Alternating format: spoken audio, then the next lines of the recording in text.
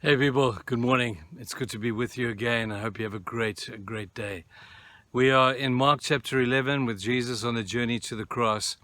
And I want to take you today to chapter 11 from verse 27, I think it says. Talk about the dumbest question ever asked. I wonder if you could answer that. What is the dumbest question anybody could ask anybody?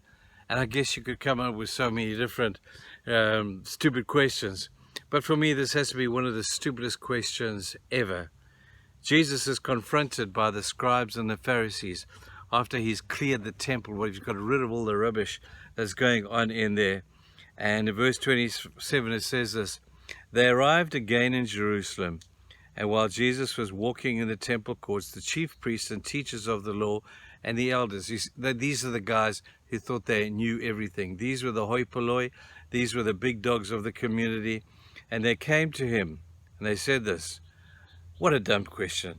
By what authority are you doing these things? And who gave you authority to do this?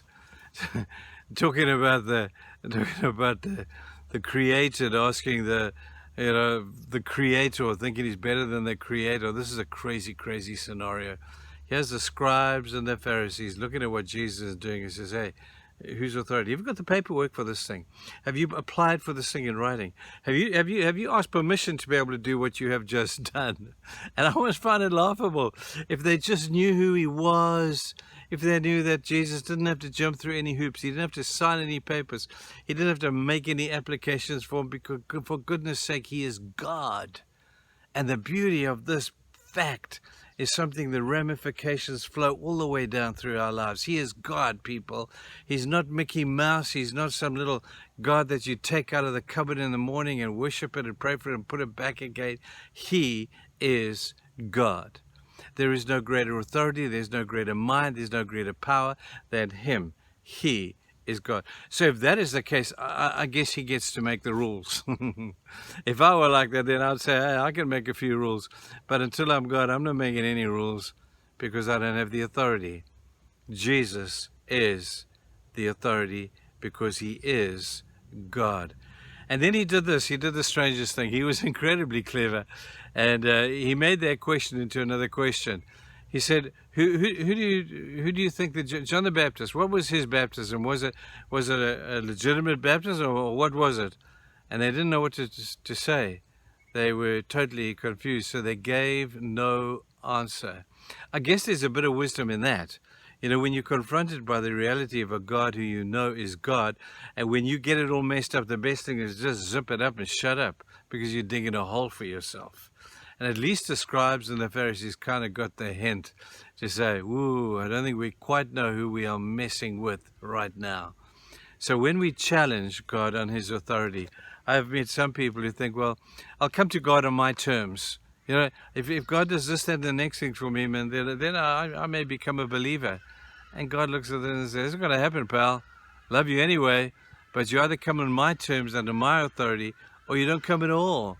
For those who want answers to prayer, and we think, Lord, if I could just manipulate you a little bit, and I'll do church, and I'll read my Bible, and I'll give more money, will you do more for me? And God looks at it and he just shakes his head and he says, no, I won't, because you don't know who you're talking to. I am God Almighty. I'm the one who spoke the heavens and the world into being. There is no great authority than me. I am who I am. There is no greater authority than that. And when Jesus, a few hours after this took place, or a couple of days after this had taken place, Jesus is standing before Pilate. And Pilate is saying, are you a king? Are you really a king? If you were a king, where's your army? If you were a king, you'd have a big sword. If you were a king, you'd have a big white horse and you'd have followers. But Jesus, come up and look around, and there's no white horse, there's no sword, and there's certainly no followers right now. Are you sure you're a king? And Jesus in his heart would have easily, because at one point he says, man, if you give me a chance, I'll call 10,000 angels and they'll come and deliver me from here. But yep, I'm a king, but not the kind of king that you think. I still don't wear a physical crown here on earth, but I have a heavenly crown in heaven. That's why in Revelations we see the elders taking off their crowns and placing them at the feet of Jesus. It's a beautiful passage in Revelation.